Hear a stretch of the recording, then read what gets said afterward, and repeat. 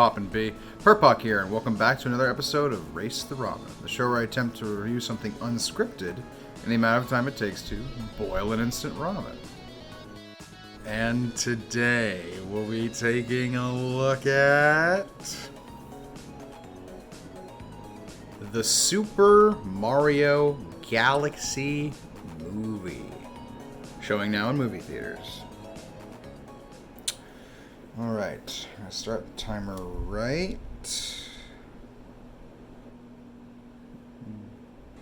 now. Okay, so, the Super Mario Galaxy movie, the You Are Mr. Gay movie, it's finally here. And, oh boy, do people have opinions on it. I obviously reviewed the original Mario movie, the original animated Illumination Mario movie when it came out a couple years ago. And like a lot of people, I was really mixed on it. I enjoyed things about it, but I was like, this is mostly an unchallenging kids movie, and they played it kind of safe. But, you know, it's fun, and they brought Mario to the big screen. Flawed, and definitely worthy of plenty of criticism, but, you know, a decent, solid start. So then we started hearing about this next movie, right? And we hear about all these new actors who were involved, surprising number of big names, even more than before. All this big hype, all these like trailers showing off cool moments. And people are starting to get a little excited, myself included. I was like, okay, it's still Illumination. It's probably not going to be a masterpiece or anything, but I don't know. I was thinking, just from like the promotion and things I've been hearing, maybe, just maybe, this sequel will be better. It will improve on, you know, problems I had with the first one, other people had with the first one, and we'll have the de facto Mario movie experience. In a way we do, but I don't think for the reasons they intended. The Super Mario Galaxy movie isn't the worst thing ever, but it's really, really, really lazy. If I had to just point a damning finger at one thing where no man, that's not it. It feels weird, but I'd call this movie lazy. For as brilliantly animated as it often is, and well scored as it often is, and how there's lots of little things to appreciate, and how there's a lot of good voice acting from most people involved, it just feels so empty. Again, the first movie was really simple, really basic. It had, the most textbook plot. But it had a plot. The Mario Galaxy movie does not have a plot. I'd almost go so far as to say that, flat out, it has no plot. It opens with, this sort of cold open about Princess Rosalina, and then we cut to Mario and Luigi, and then we don't really get back to the Rosalina thing for a couple minutes, because we're just kind of hanging out with Yoshi. And then we get to that plot line, but then it takes a minute for that to really start, because we got to show a bunch of Mario-level shenanigans. And then, Peach and Toad and Mario and Luigi and Yoshi are all separated. It's weird. The structure is a lot looser, but I didn't despise that at first. For the first half, I genuinely thought this movie was going to win me over. I thought this was going to be the one that finally got me. But at a certain point, somewhere in the middle, it just starts to fall apart. You've probably heard this about this movie, if nothing else. It's loaded with references. Full spoilers from here on, by the way. I think I need to talk about this movie in this way to really illustrate my problems with it. A lot of people probably already know that Star Fox is in this movie, from the Nintendo series Star Fox. And Glenn Powell is a really good Star Fox, and it's a neat thing, but why the hell is he in the movie? It doesn't really do a lot to, enhance the plot or move it forward. It could have been a lot of other people, realistically. And even if you wanted to make it Star Fox, you could have, de-emphasized his role. It's funny, he has way more screen time than Rosalina, the character who's actually important to the Mario Galaxy story, and he's not even really in it that much. I saw so many people complaining that he gets way more screen time than her, and he totally does. But it hardly feels like he's in it either. He doesn't do that much of consequence, and to be honest, he doesn't act that much like Star Fox. That's kind of a problem I have with these movies still, is there's a lot of things I appreciate, Charlie Day Luigi is good. And I've grown on Anya Taylor-Joy. Peach, Jack Black Bowser is good. I really liked Luis Guzmán Wart. I didn't think I'd be saying these things, but like, they're cool.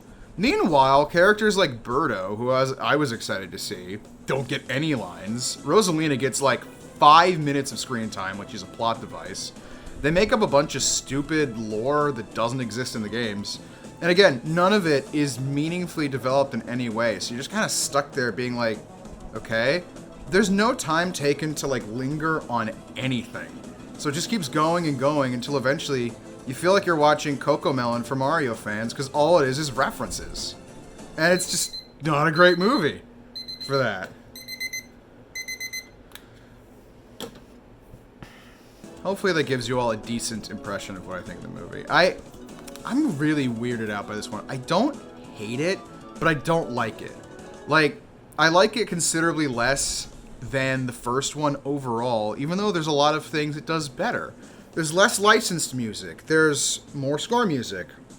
There's more interesting deep cuts from the games. All of these, on paper, are positive things, but there's just, like, no structure. None of it gels together. And I'm sure lots of kids will like this, and that's fine. If I was a kid, I'd probably like a lot about this. But I also know some kids don't really like this, and they've been kind of bored by it, which doesn't shock me either. Because if you are a kid that kind of cares about a story, even if it's not a complicated story, there isn't really a story. Whenever it seems like it's going to dig deeper into something interesting, or like relatable to the characters, or like a plot element that could naturally build into all this fun fantasy Mario stuff, without being too serious or slow or like dragging down their pacing or whatever, they just don't. It almost feels like this was the first draft of a script and it may not have even been finished. Like they had an outline and they hung stuff on it. Like, here's Pikmin, here's Samus's ship, here's a Kirby reference, here's a Mario Maker reference, here's a Yoshi Safari reference. Just keep dumping it in there. Like, there's stuff in there that really seems like it was specifically aimed to make people like me happy. And I still didn't really feel much. I like pogged and went hallelujah basically when I saw Pikmin show up on screen, even though I knew they were coming. And it's important to me to see them in like $100 million movie, but does it make the movie good? No, not really. Again, it's not terrible. I don't agree with some of the hyperbolic slander it's been getting, but I also understand where it's coming from. It's really frustrating to see a company clearly so talented as Illumination, with so many resources. And also Nintendo, working directly with them. And they're just like, let's not take any risks. Let's not try and improve on the structure of the first one. Let's just double down. Let's fill the trough and people will come and eat it up. Ding, ding, ding. Zooey! I hate to say it, but that's kind of how it feels. I give the Mario Galaxy movie a 4 out of 10. Again, not totally awful. Like, not a completely worthless film, but any and all chance it had to be, worthy of discussing as, like, an actual piece of art, or even really that much as, like, a casual movie watch, is dashed by just how little they care to treat it like a movie.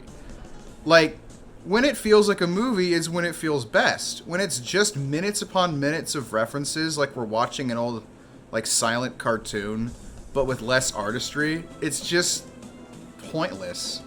Legit, I could be playing Mario Galaxy instead of, like, watching this, and I'd probably be having a better time. So, yeah, if you want to see it, go see it. It's going to make its money anyway. But if you're not interested, you don't need to see it. And I'll just take words right out of Shea Frolis's mouth here. If you like Rosalina, you can skip this shit, because they massacred my girl. Anyway, yeah, not perfect. We're definitely getting a third one. If that manages to be better, cool.